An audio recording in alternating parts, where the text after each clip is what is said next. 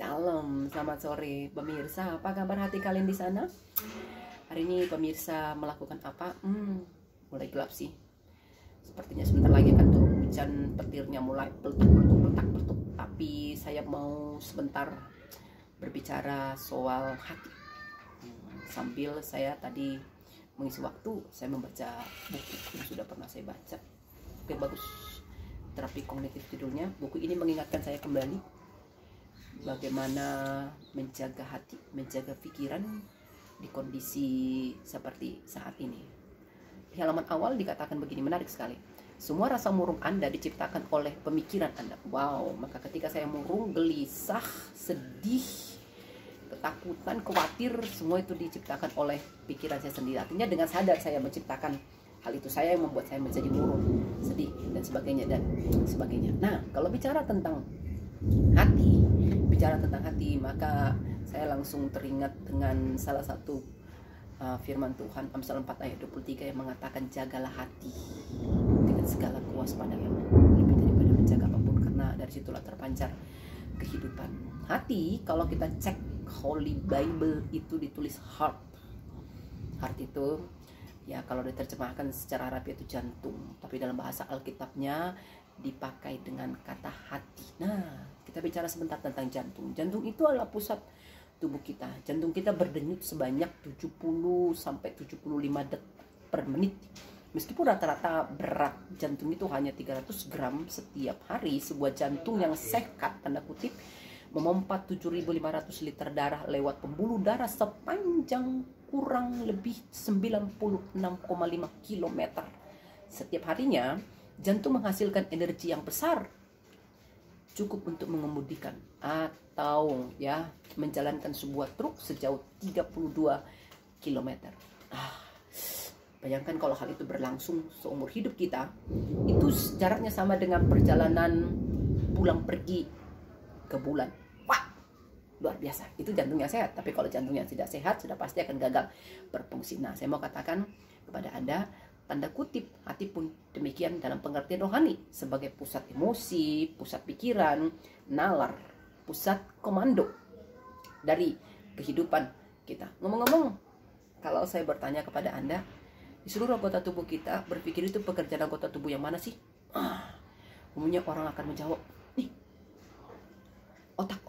Makanya kita selalu mengatakan, lu mikir dong, lu punya pikiran nggak, sambil menunjuk sini. Nggak pernah sambil menunjuk perut. Lu punya pikiran nggak pernah kalau menunjuk seperti ini. Karena memang sejak kecil kita diajarkan berpikir itu adalah pekerjaan otak. Tapi kalau saya membaca Alkitab, saya menemukan fakta yang lain. Ternyata berpikir itu bukan pekerjaan otak, tapi pekerjaan hati. Contohnya ya, Yesus pernah mengatakan begini, Markus 2 ayat 8. Tapi Yesus segera mengetahui dalam hatinya bahwa mereka berpikir demikian, lalu ia berkata kepada mereka, mengapa kamu berpikir begitu dalam hatimu? Anda bisa bandingkan dengan Matius 15 18 ke 19, tapi apa yang keluar dari mulut itu berasal dari hati, dan itulah yang menajiskan orang. Dari hati timbul segala pikiran bla bla bla bla bla bla bla bla bla bla bla bla bla. Artinya buat saya, berpikir itu di sini, bukan di sini. Dari sini diteruskan ke sini, lalu dari sini dikomanda ke anggota tubuh yang lainnya.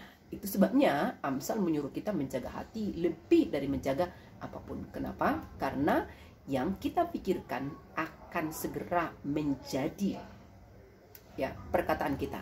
Lalu perkataan kita akan segera menjadi kebiasaan. Kebiasaan kita akan segera menjadi karakter. Karakter kita akan sangat menentukan masa depan kita. Jadi contoh sederhananya adalah, kalau saya terbiasa berpikir di dalam hati, aku ini lemah, maka mulut saya akan mengatakan ketika hacim, bersin saja atau flu, mulut kamu, aduh, aku ini memang lemah, aku sedang sakit nih. Coba, ketika mulut saya terbiasa mengatakan aku lemah, aku sakit, itu akan menjadi sebuah kebiasaan. Sedikit-sedikit pilek, sedikit-sedikit flu, saya akan mengatakan aku ini sakit, aku ini lemah. Dan itu akan menjadi karakter saya. Saya akan menjadi orang yang memiliki karakter yang lemah. Dan bayangkan kalau saya memiliki karakter yang lemah, sudah pasti itu akan menentukan masa depan saya. Apa yang bisa saya lakukan dengan karakter yang demikian. Nah, itu sebabnya saya mau katakan kepada Anda, sejujurnya iblis itu bukanlah masalah terbesar bagi kita. Kita itu, karena masalah terbesar kita itu adalah hati. Karena semua persoalan yang muncul ke permukaan dalam hidup kita berasal dari hati kita. Ketika banyak orang berkata bahwa otak manusia yang menentukan jalan hidupnya, hari ini saya mau mengatakan kepada Anda, kalau ya bukan otak yang menentukan jalan hidup manusia, tetapi hati. Hatilah yang membuat saya menjadi berbeda dari orang lain. Bukan karena saya pendeta, perempuan, Batak, bukan.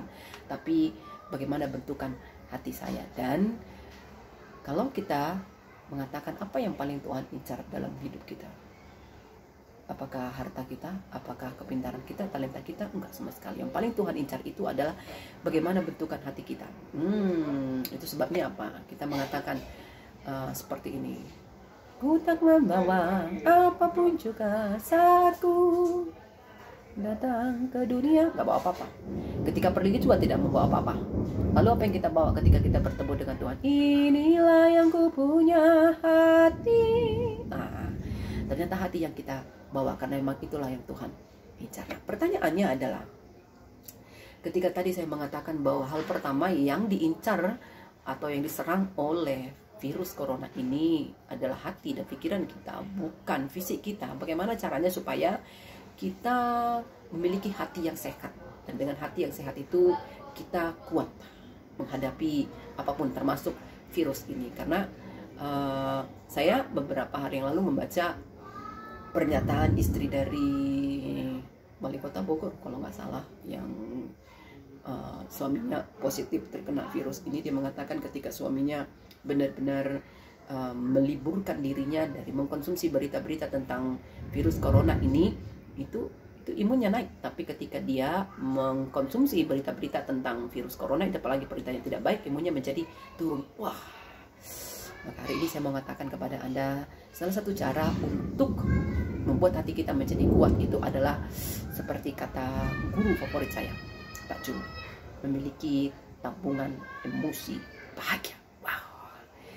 Punya deposito, punya tabungan di bank, syukurlah, puji Tuhan. Tapi yang jauh lebih penting dari tabungan di bank, deposito di bank, itu adalah memiliki tabungan emosi bahagia. Tabungan emosi bahagia itu apa sih?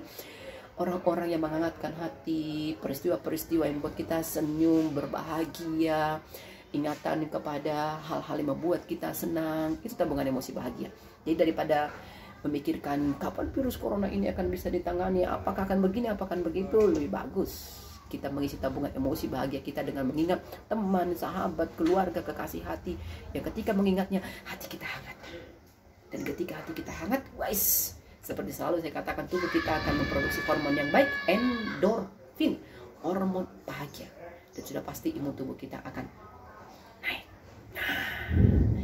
Semoga hari ini Anda mulai memiliki tabungan emosi bahagia, dan setiap hari rajin-rajin mengisi tabungannya, karena Anda sangat membutuhkannya, terutama dalam masa-masa sulit seperti sekarang ini. Salah satunya dengan mengingat Pendeta Marita.